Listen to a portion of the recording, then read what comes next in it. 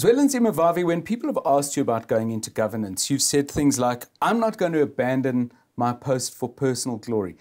I want to put to you that there might be something else here. That in many ways being in opposition, and therefore in many ways always being right, is a more comfortable position than having, for example, to be Minister of Economic Development, where you've got to grapple with the realities of an untransformed capitalist economy trying to deliver systems of economic justice. Do you accept that to some degree, that if you'd become a minister, it might have been the hardest thing you'd ever done? But I will not have the credibility I have now. Yes. Definitely. You know why I rejected the different times of approach to get me to go to the National Executive Committee of the ANC, the party central committee, and or even cabinet positions, is because I wanted to fight against the trend. The trend was that workers were losing hope on COSATU because it was being presented as an institution that leaders use to ascend to better positions in parliament and into cabinet. And I had felt that we must actively fight against that perception deepening and becoming a reality. I think that yes, it did become a reality. If you look at the growth of COSATU, it grew so fast between 1994 and reached its steep point in 2007. And from 2007, it has been a free fall. And the main reason why that happened is because workers just perceive it to be an institution that have abandoned them for a political cozy office in parliament and for BMWs and big Mercedes-Benz and three-story houses everywhere. We have to fight against that. And a lot of people respect me for standing firm and to say, I'll want to serve the workers because I believe that this is the best thing that anybody could do, spending his or her life serving the most marginalized in society, using the advantages that I have accumulated over a period yes, to advance their interest. So it was not about cowardice and of not wanting to dirty the hands or not going to go to parliament to serve. No, maybe that time will come in the future. But for now, with the current status of what we are trying to deal with, we need the best brains, the best energies to serve workers. Would you accept, though, that in many ways your job is much simpler than the job, for instance, of your former COSATU colleague Ibrahim Patel, who, as Minister of Economic Development, but a man committed to radical change in the economy, he's got to balance things in a complex way that you never have to?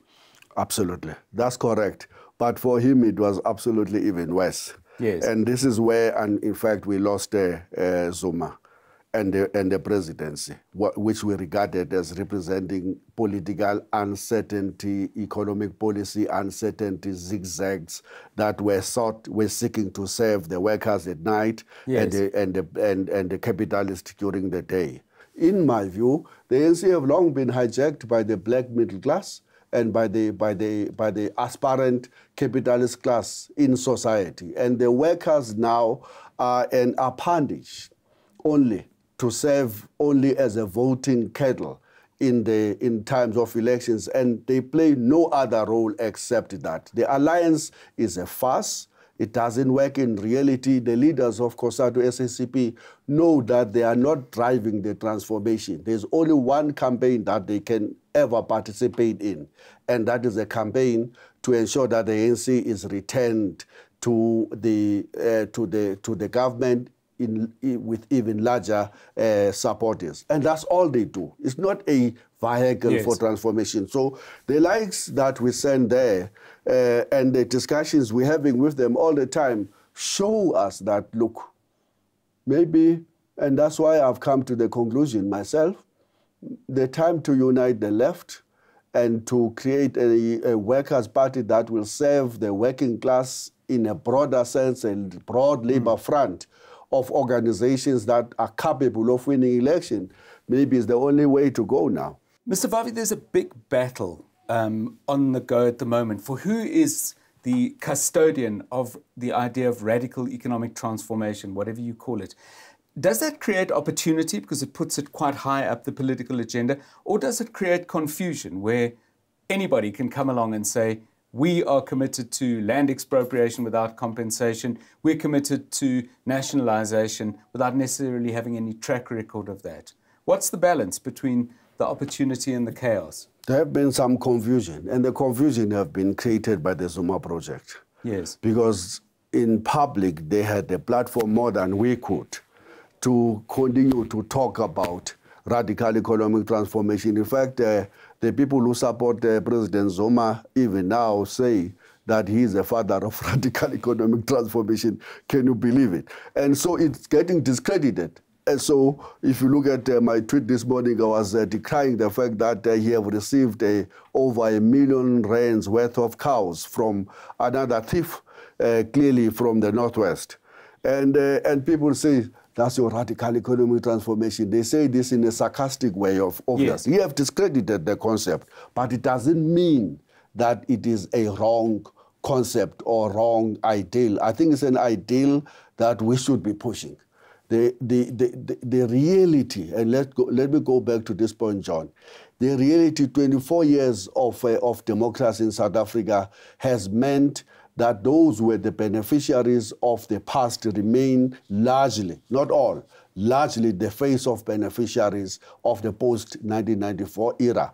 And that's, to us, a massive scandal that must be reversed. You say President Jacob Zuma is being presented as the father of radical economic transformation. That's an insult. Can you believe that? But it's an insult. Somebody might say, can you believe that? You believe that. And here's my question to you.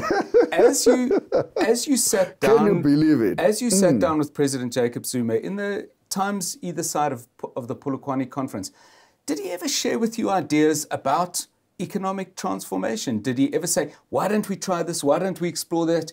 This is a great idea that's been tried in Venezuela or somewhere else. Let's look at it here. Was he a man who engaged actively with you around those kinds of ideas? We did. Yes. I mean, we did. Did he have ideas of his own? Absolutely, absolutely. Yes. For example, I knew that he has such a passion about education, that yes. education transformation is what have lagged behind, and that rural poverty and unemployment of our people is what is a setback of our democratic breakthrough.